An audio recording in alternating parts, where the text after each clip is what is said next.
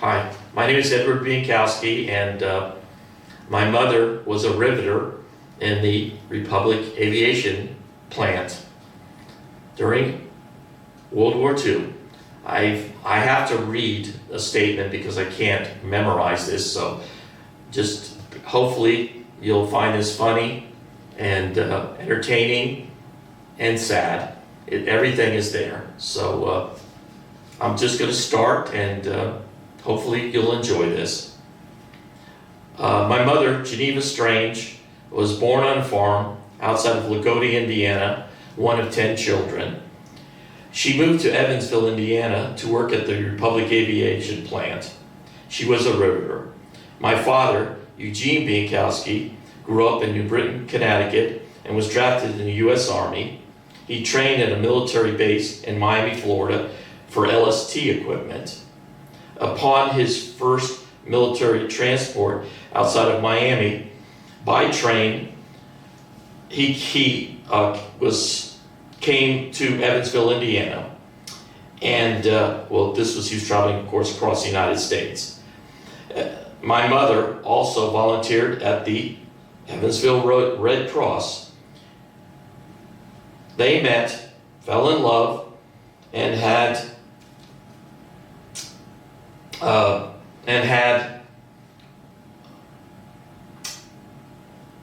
can you stop it for a second? My mother also volunteered in the Evansville Red Cross. They met, fell in love, and essentially that was the beginning of their relationship before my father met his final destination to be deployed in the Pacific conflict. My father was stationed at Schofield Barracks in Hawaii. Even though they weren't married, she sent him money after a very brief meeting and essentially supported him while he was in the military.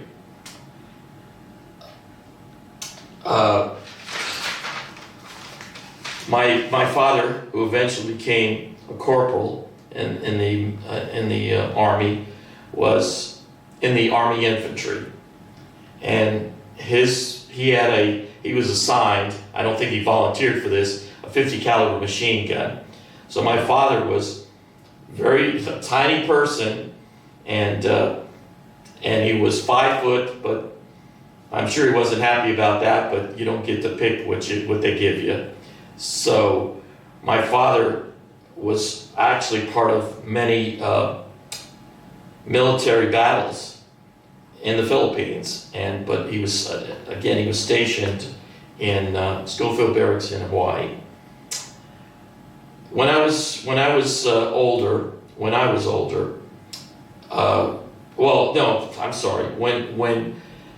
he always thought he wasn't going to make it, and that was always a thought going in, because this was like a bad situation for him, because when you're in the infantry and you have a 50 caliber machine gun and you're going into enemy territory, you are lucky to get out. So my father, he arrived in Schofield Barracks in Honolulu, Hawaii in 1942, a little after December 7th of 41. So he was there very, very close to after the Japanese attacked Pearl Harbor. Upon his return from duty, which was quite a few years after being in the Army, he came back, married my mother, and actually he was at St. Mary's Catholic Church in Evansville. And the reception was at the McCurdy Hotel in downtown Evansville. I'd been to all these places, not that I knew this, I found this out, so I've actually been to these places to see where the reception was and the church where they were married. So I'm doing like a little background investigation of kind of piecing together what happened with them. They actually, after they got married, they honeymooned in New York City, where they were immediately robbed and their car was broken into. And, essentially, some things, I guess, don't change, even back in the 40s in New York City. My mother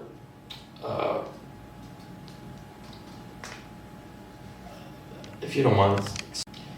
My father and mother hated the cold, but my father's one fond memory was Miami.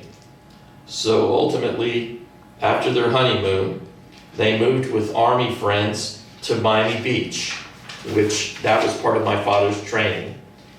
So after the experience in New York, and he headed to Miami with his Army friends, and my father eventually got a job with a major airline as an avionics technician. For myself, Edward Bienkowski, I was born in Miami in 1955. I was always around aviation with both my mother and father, even though my father was easier because he's currently working for an airline. And so ultimately, after many prodding from my father to get a job in the airline industry, I applied for and was accepted for a job at Eastern Airlines, which their corporate headquarters was in Miami. I graduated from college in Miami and worked at Eastern Airlines at their corporate headquarters as a financial analyst. I loved my aviation career all throughout the years of working for Eastern Airlines. But initially, I was kind of hesitant to do anything close to what my father did because I like to be working in clean environments and work in an office in the air conditioning. So, but after a while, my father kept on pestering me, and he said, well, why don't you try to become a mechanic? Well, at that time, when you worked for an airline, you could actually go into a training program. So while I was working in a clean office, I went to actually through a mechanics school, Eastern Airlines mechanics training program. And I actually liked it. And they said I had the mechanical ability. After multiple tests, they said I should make a good mechanic, but it's going to take a little time. But maintain your job in the office while you're being trained. So I'm essentially doing double duty, going back to school, and going for mechanics school. What I did at Eastern, eventually, as I said initially, I worked in the offices as a financial analyst and on the corporate side, corporate financial side for the company. And I was trained to do a bunch of different mechanical duties as a mechanic down the line. I changed wheels, and I worked in wheels and brakes in the company. And I painted aircraft, I polished aircraft, and did just different mechanical. I did refurbishment of aircraft, and I loved everything that I did. I didn't think I'd like it, but I ultimately, while I was accepted and had the ability to do other things, I liked everything. So essentially, I was out of the office and working out on the line. Many years later, excuse me, I transferred to Atlanta, which was a major airline hub for the airline. At that time, I don't think anybody's going to believe this, but at that time, Eastern was bigger than Delta, and Delta had a major hub in Atlanta, still do, and but we were bigger, but we were bigger and flew more passengers than. Well, we were the biggest airline in the country, so we were very proud of that, and I had to mention that because, like I said, as a former employee of Eastern throughout the 80s, we were bigger than any other airline in the country. Eastern Airlines flew more passengers than any other airline, and like I said, we had more aircraft than any other airline. And we had close to 50,000 employees all throughout the world, which, considering today, is kind of a drop in the bucket. But that was the size of the biggest airline throughout the 80s. It was also the official airline of Walt Disney World. We were the biggest airline at Disney World. We also had a Disney pavilion. If you had wings and people going back in time, and if they went to Disney World in the 80s, that was we were the airline of Walt Disney World. So it was a big deal for us as employees, and we were just a proud group of employees. My parents were also proud of Eastern Airlines and their son working for Eastern Airlines. And Eastern Airlines was the largest corporate employer in Miami. So between the airline and the employer, it was to work for Eastern Airlines, for probably anybody that worked for Eastern Airlines for their entire career. You were somebody. I later found out, after I got the job for Eastern, I was one of 1,200 applications. So I'm defying the odds of getting a job, because my father, even though he probably could have helped out a little bit, he just said apply and see what happens. So thanks to my airline job, for myself and my parents, we flew all over the country, and eventually for me, it was all over the world. Unfortunately, due to politics, bad management, and Eastern Airlines met its demise in January of 1991, along with Pan American Airlines, Midway Airlines. The same year, 3 major airlines ceased to exist. It was devastating for Miami, because these airlines all had tremendous ties in Miami, so it was crippling. It was crippling for the Miami economy. It was crippling for anybody in the airline industry, and it was a horrible time for anybody in aviation at that time. Most airline workers were never able to return to the airline or get airline jobs in the industry, so everybody had to pretty much move on to other jobs. But for myself, after a few years, I was able to get a job in another airline, which is still around, American Airlines, and I was in Atlanta, so I got the job with American Airlines in Atlanta. I eventually had to return to Miami and continue to work for American Airlines. And again, for me, it's ironic, because I figure this, for me, it's a family of aviation. I didn't think of it as at the time so much, but we're a family of aviation people. My father worked for an airline, I worked for an airline, my mother put aircraft together. So that was, she working for Republic Aviation. She's like, kind of started in our souls, in our heart and souls of being in the aviation industry.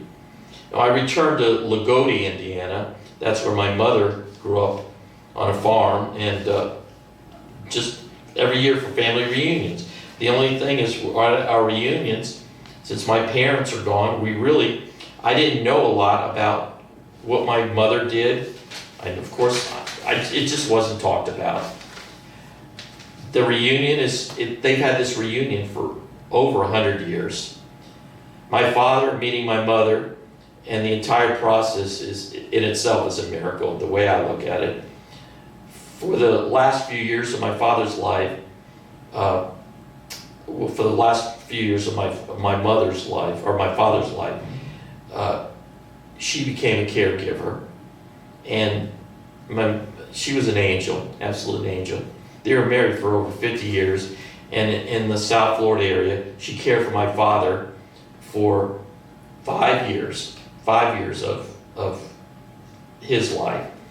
And for me, as an only child, and my father, I became a caregiver for my father when my mother passed away unexpectedly. And that was a shock, because my father was very ill, but my mother passed away first. So I moved my father to Atlanta, and I cared for him during the last few years of his life.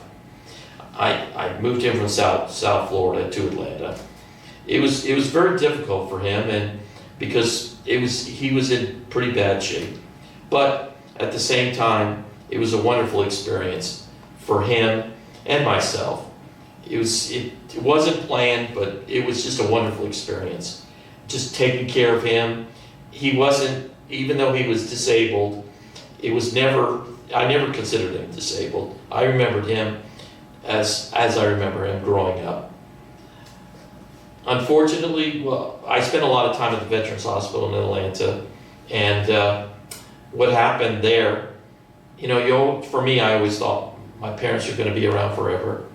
But after caring for him for a couple of years, I was brought into the hospital by the doctors, at the Veterans Hospital, and I was told he was terminally ill and only had 6 months to live. My heart was just broken, and upon the return to our house,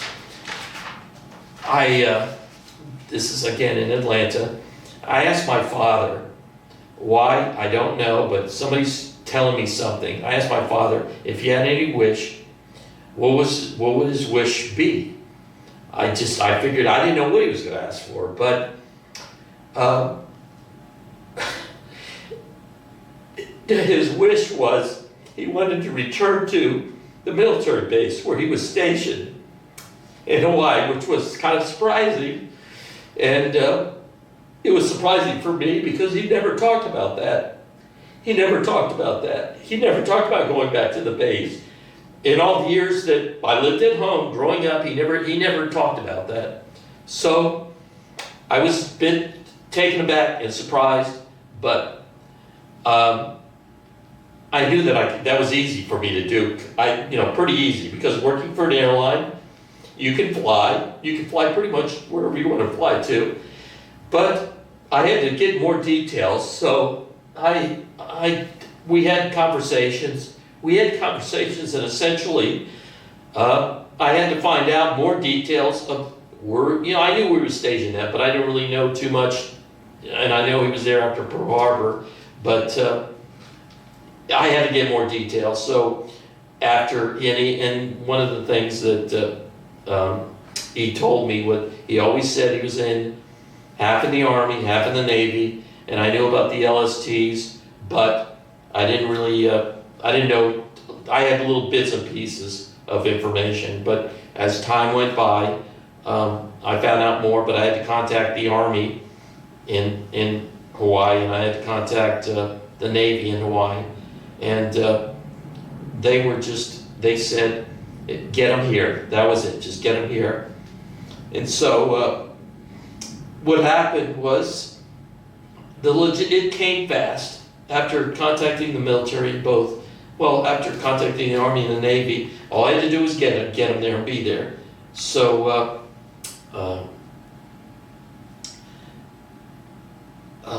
can you stop for a second? I told him that I could do that, no problem. And he reminded me that, in his opinion, he was also in the Navy, because half the time he spent on the LSTs. So I immediately contacted the Army and the Navy in Hawaii, and again, I told them the story, and they said, just get him there. That was it. They were absolutely gracious and helpful and accommodating. We flew American Airlines, which was very challenging because he was in a wheelchair and he was in pretty bad shape.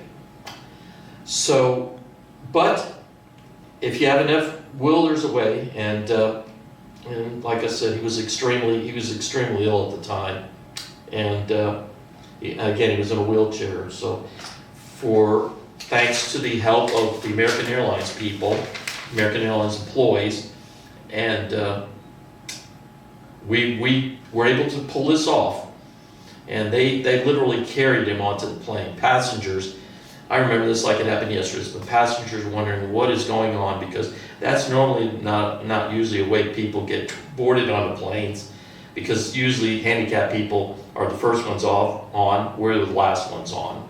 So, but we did what needed to be done, and we made it to Hawaii, and the trip was incredible. And my father gave me a list of where he wanted to go, which all this was interesting for me, because again, this never came up during all the years that I was growing up. He gave me a list of where he wanted to go in Hawaii and what he wanted to see, and it was a fairly long list, but I'm trying to do as much as I did. And one of the things that on the list, I managed to do everything, because we were there for 2 weeks and spent most of our time on military installations and all over the island, places he wanted to see. And so he was treated like a rock star when we were there, a rock star and celebrity. And because the word got out that he was coming, and it was, like I said, the Army personnel heard that we were there, and they just couldn't have been any more accommodating. And surprisingly, they had a million questions for him. And we just never talked about a lot on the military. And so he was actually, even though he was in failing health, he was sharp as a tack. His mind was like, he could remember everything about everything, the past. And it was interesting because I learned a lot when I was there about his Army career, which, you know, it was just, I don't know, it was tough. It was tough, but it was also fun. It's hard to explain, but it was tough, sad, but fun for him and for me too. So again, the last time he was there was 1942, and he was there a little less than a month after the Japanese attacked Pearl Harbor. And the current year when we're there is the year 2000. So I guess you could do the math. That is literally a long time, over 50 years that he was there. But he remembered it like he just arrived there, even though Hawaii is a lot different from 1942 than 2000, the year 2000. But we both had a fantastic time, and for myself and also for him, it was an incredible journey. And but he had some, at least by my thought, he had some, at least by my perception, unusual requests. And one of them was he wanted to return to the Army hospital where he was injured, and he just wanted to see the hospital and visit the hospital. And I thought that was a strange request, but I contacted the Army, and they said no problem. And we managed to get to an Army hospital, which was overlooking Honolulu, and that was interesting. There had to be a reason. I don't know why, but there had to be a reason on that. So after doing all this and going down the checklist, I did everything that he asked for. This wasn't a vacation for me. It was a wish for him. And I did what he had asked for. And to fulfill his wishes, we even went on the Navy side, we went to the Arizona Memorial, and were greeted by Navy officers, and they gave him a private tour of the memorial, and they had some long conversations with him. They asked him a lot of questions, and these are Navy people that were, I remember it like it was yesterday. They were their white uniforms, Navy officers, and he was in a wheelchair on the Arizona Memorial, and literally it was a private conversation. All I did was stayed back, took a couple of pictures, and was trying to be as respectful as I could. And that's all I did, was just take photos. I don't want to be there. I'm not part of the conversation. And so, like I said, I can remember it like it happened yesterday. This was not, again, it wasn't a vacation for me. It wasn't a trip for me. It was a trip for him. And I'm absolutely happy. I'm happy that I was able to do this. And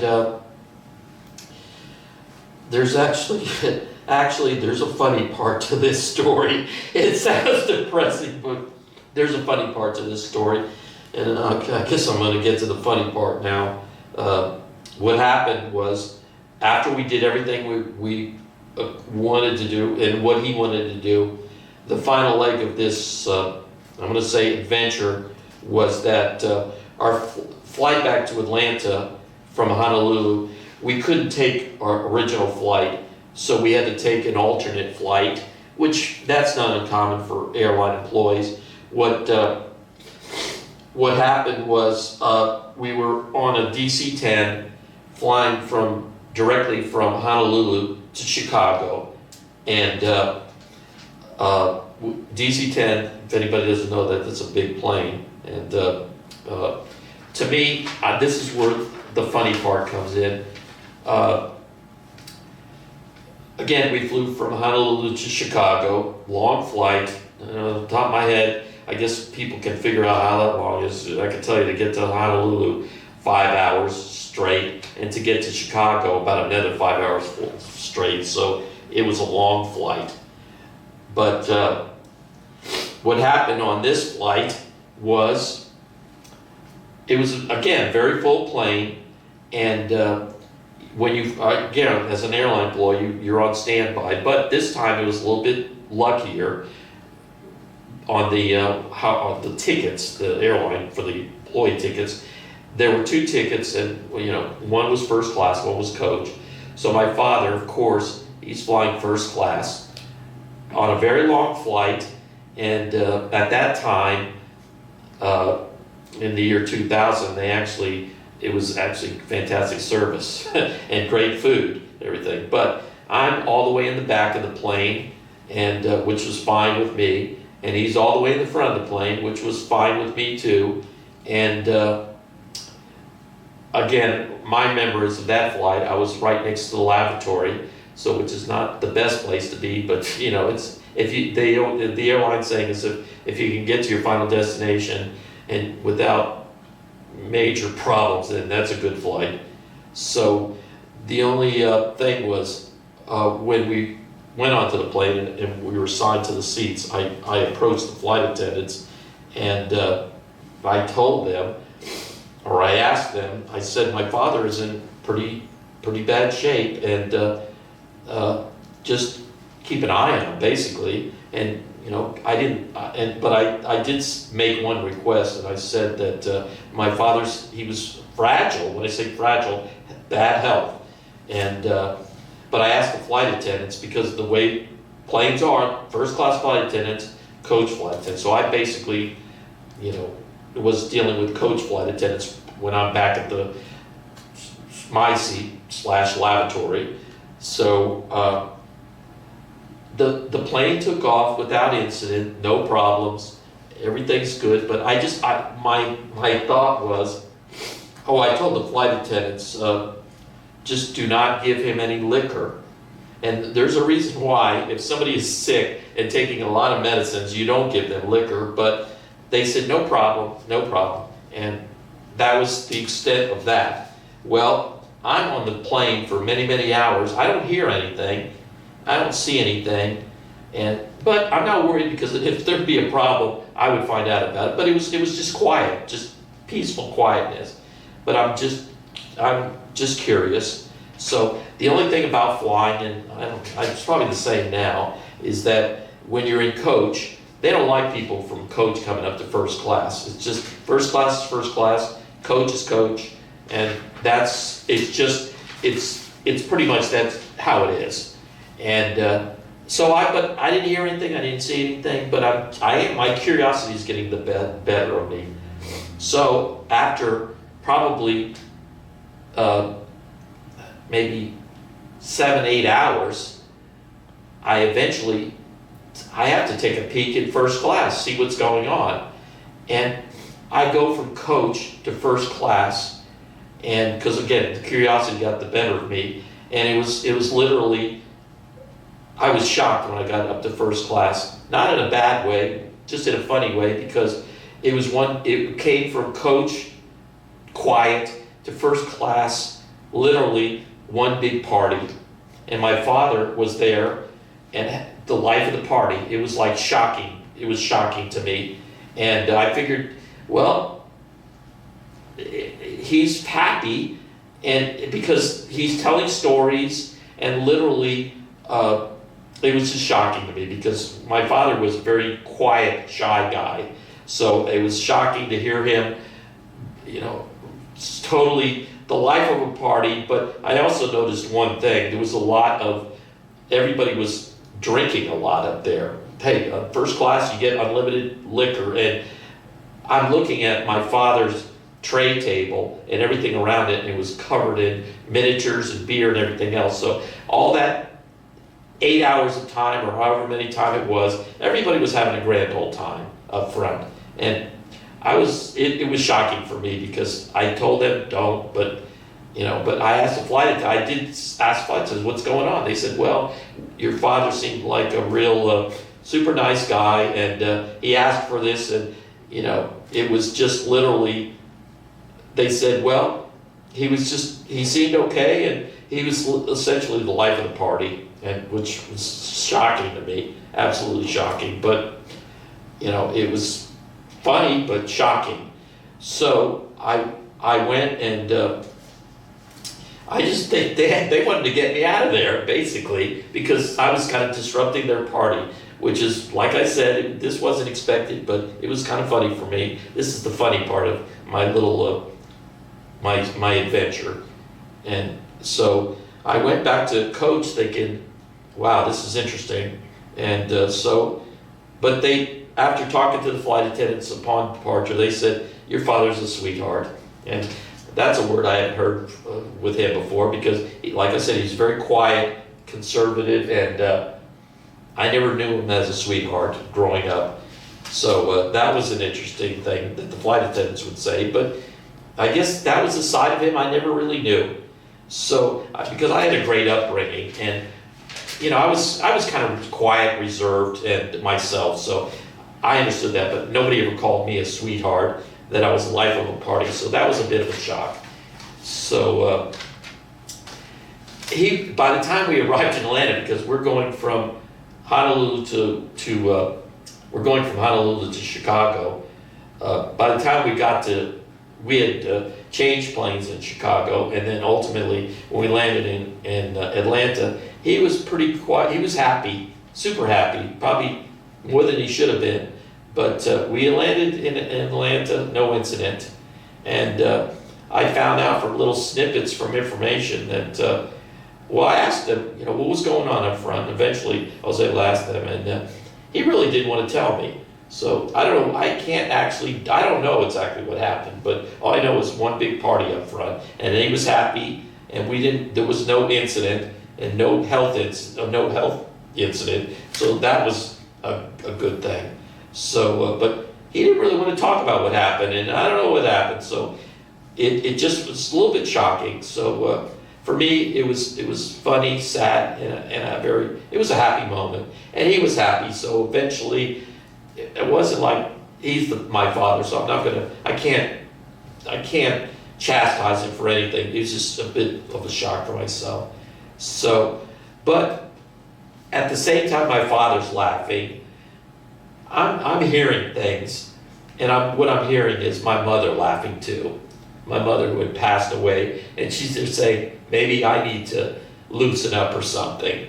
And it was just, I could hear my mother my mother, I'm sure, knew far more about my father than I did, and even though an only child growing up. So we all eventually had a laugh together about that.